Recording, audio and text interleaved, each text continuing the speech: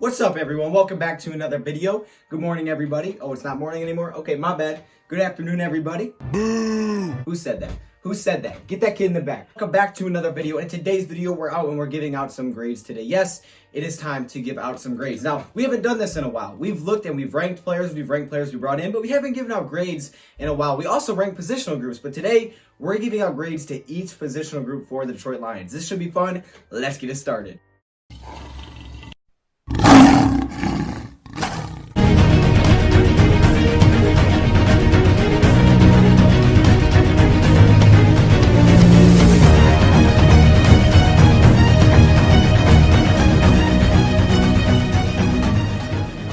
So what is up, everyone? Welcome into another video. Glad you guys are here. And yes, I will be wearing this because I'm the teacher for today. Now, I looked back at some of the videos I did last year. I'm not sure when I did this one, but I saw I made thumbnails, and what I did was I graded each positional group before the season.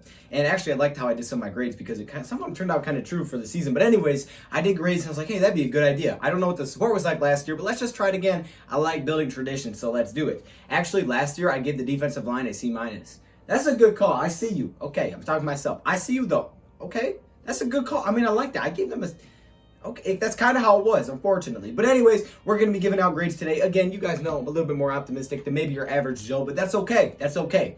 It's still good. It's still good around here, okay? I mean, I'm more optimistic than I was last year, but that's because I really do believe year 3 Patricia, it's a big year. We will be better than we were last year. I have a lot of confidence, man. I've watched a lot of games, and I have a lot of confidence. So let's just get into these position groups before I talk too much. Let's go. Start off at the quarterback position, possibly the most important position in football. I think it is, right? It's hands down the most important position, but you can't win alone, so we'll get to those other positions in a second. However, starting off the quarterback position, I'm going to give them a great A-.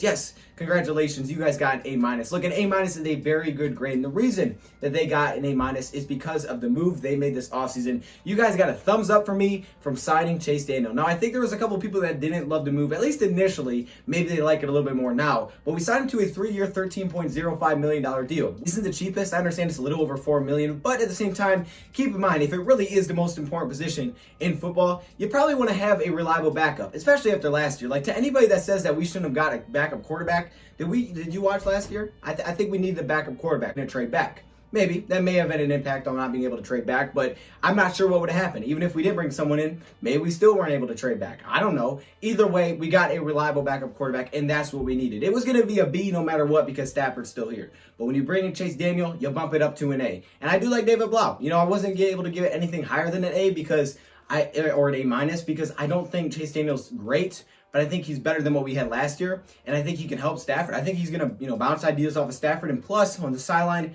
he'll be able to help out guys like David Blau, the young quarterbacks, teach him things. That way he's not just watching, he can also learn. So it's kind of like a quarterback coach from the sideline. I like it. I like it a lot. So yes, A- for the quarterback position. Let's move on to the next positional group, and next up, we have the running back position. Now, this is a very, very strange position. A lot of young players in the running back group, and there are a lot of question marks going into the season at the running back position. The Detroit Lions in the second round went out and got DeAndre Swift, the second running back off of the board, to pair with Kerryon Johnson, who's shown a lot of flashes, but he also has not been able to stay healthy. You also drafted Jason Huntley. You let J.D. McKissick walk, or you didn't bring him back, I should say. J.D. McKissick is no longer here. Still do have Bo Scarborough and Ty Johnson, depending on what you want to do with those guys. And we'll also include Nick Bawden just to throw him in a nice little group here. So overall, I'm going to give this group a B. I do have high hopes for this group for 2020, but I definitely can't give it an A yet. I don't know what Kerryon's health is going to look like. And while I think if he is healthy, because, I think Swift takes some carries away, keeps him off the field a little bit more, and he's able to stay healthy, this guy's really going to push him. He's going to push him to fight through injuries. And because of that, I think Kerryon has a really big year, kind of gets back to some of those rookie numbers. And I think Swift's just a really good, talented player. We haven't taken a running back this high in the draft when it comes to taking running backs off of that positional group. So because of that, I really love that duo. I love the diversity we have in the run game. Okay, we have a lot of different running backs, a lot of different styles that we can use for really any situation. A lot of competition, a lot of young guys, a lot of potential. However, potential, I don't know. With potential, I don't know exactly what I'm going to get. So because I have so many unproven players, even though Swift is supposed to be great, I still don't know what I'm going to get. I don't know what I'm going to get from Huntley, and I don't know if Kerryon can stay healthy. So because of that, I can't give it an A, but I will be generous and give it a B. Now let's move on to the wide receiver positional group, and this was really the easiest one. This one took me no longer than a second to look at them. I looked at their paper. This is what they handed me in. Kenny Golladay gave it to me, and I said, okay, let me see that roster. Okay, Kenny Golladay, Marvin Jones, Danny Amendola, A+. It didn't take that long, honestly. A+. This would have been an A.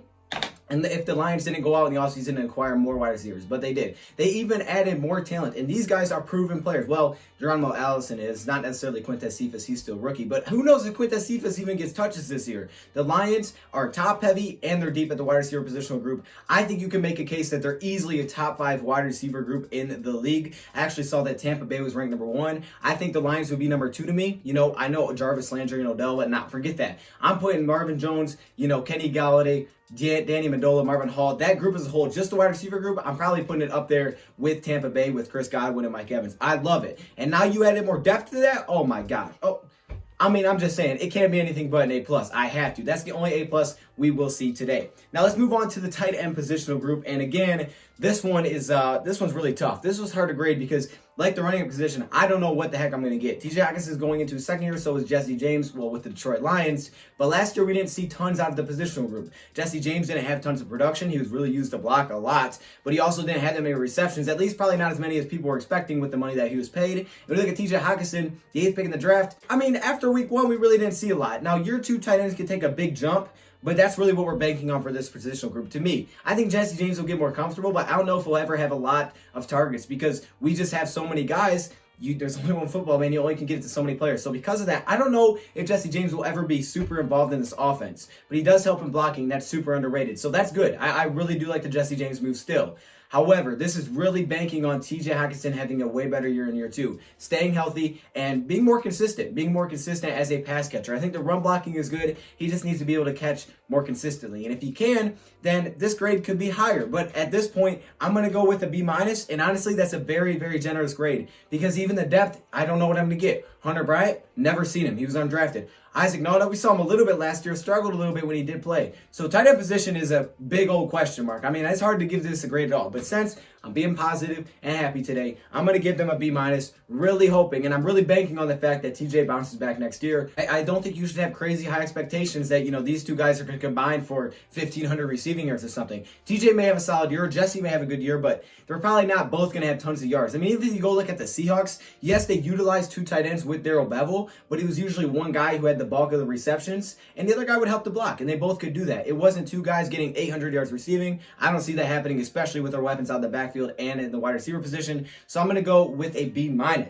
That is the lowest grade we have so far. Let's move on to the offensive line to finish off the offensive side of the ball. At the offensive line position, we have a lot of new players, okay? We have a new right guard. Will it be Logan Stember? Will it be Kenny Wiggins? Will it be Jonah Jackson? I don't know. That spot is still open. Right tackle is wide open as well. It's probably going to be Big V, however. And left guard is also open. So the 2 guard positions and the right tackle position is open. However, the good thing is the center and left tackle position, Stafford's blind side, are secured, and I'm happy with those positions, especially the center position, Frank Ragnow, who is our best offensive lineman. So shout out to him.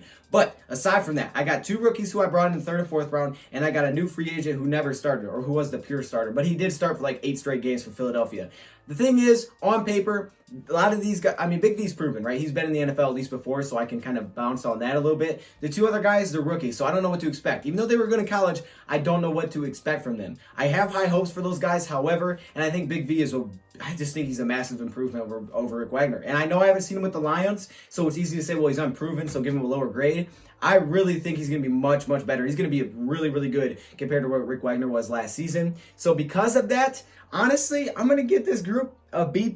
Yeah, I'm giving it a B+. The guard positions, I don't know what to expect. But the center and both tackle positions, I think right tackle's better, center's great, and left tackle's honestly pretty solid. Aside from that, hopefully the guards can step up, but worst case, you still have Joe Dahl, who was your starter last year, and you still do have a guy like Kenny Wiggins and Oday Abushi, and you got Joshua Garnett, all these guys that can beat Bo Benshaw. So you still got proven guys if you really have to. I just think it's really potential. I don't think you got worse at all on the offensive line, so I'm going to go with a B+. So the offense is looking pretty darn good. Now let's move on to the defensive side. Now last year I gave the defensive line, like I said, a C-.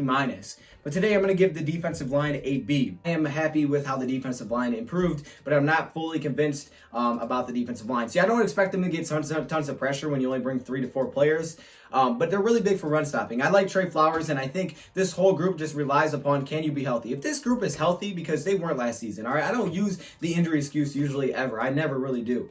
But the defensive line position is one of those places where I could probably say that, yeah, that's a fair point. Look, Snacks Harrison, he was just a complete mess last season. I don't know what the heck happened there. And he was like our main guy in the interior of that defensive line. Trey Flowers, he came on late, but again, he was dealing with some injuries coming into the year. But once he got going, he was fine. So I expect a big year from here, and possibly double-digit sacks next year for his first time. So Snacks Harrison was a mess. Mike Daniels, what the heck went on there? A lot of problems on the defensive line. Deshaun Hand only played in 3 games. Just a mess. However, this season, that's what it's going to come down to. Can they stay healthy? Danny Shelton is in here. I think he's an improvement from Snacks just because last year was really, really bad. If Snacks was even close to how he played in 2018, Snacks would have been way better than Shelton. But the problem is he was really bad. So I think Shelton is an improvement, but he's not 2018 Snacks. Hopefully he is, but I just don't think he is. You also brought in Nick Williams, who last year was good, but again, I don't know because it's been really inconsistent with him, or at least no production at all until last year.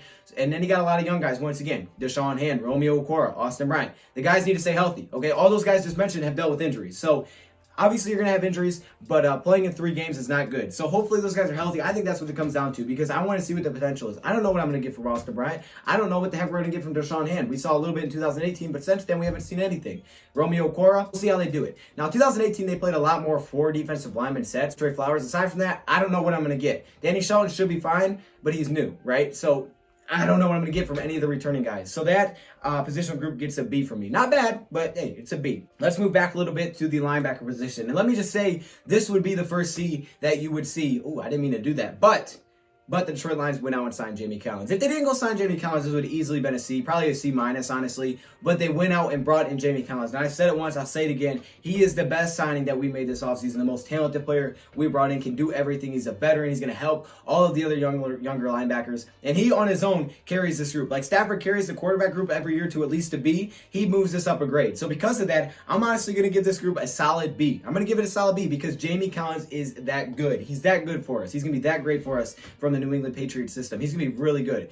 But aside from him, once again, I think July 5 wasn't bad last year. But Jared Davis, I don't know what the heck I'm going to get. Christian Jones, he's been a little bit inconsistent. Linebacker group, Julian Okora, he's a new rookie. A lot of new pieces. Again, potential is there. A lot of young players. But the problem is, man, once again, what I've seen from a lot of these players hasn't been that great. And Jelani Tobias, I think he can be good. He's just only been in the league for 1 year. But when you go to Jamie Collins, he is so good at linebacker. He makes this group a B on his own. Let's continue to move back. Let's move back to the secondary. At the cornerback position, we are going to be giving out an A minus. Now, like other positional groups, there are new pieces here. The thing with these new pieces is that these guys are all really good. Jeffrey Okudah was a 3-pick for a reason. He was the best cornerback in the draft. So even though he's a rookie, he's still so good in college. It's like, yeah, I think he'll translate pretty effortlessly. Desmond Trufant, he's new, but he's still the veteran. He was good with Atlanta. Justin Coleman was good last year, I would say, for about the first half of the season. Then it kind of went downhill. Okay, but the whole secondary went downhill. I actually did a whole video on that, what happened to Detroit Lions defense. Check that video out if you guys want to hear about the secondary in particular, okay? So I don't want to go into that too much.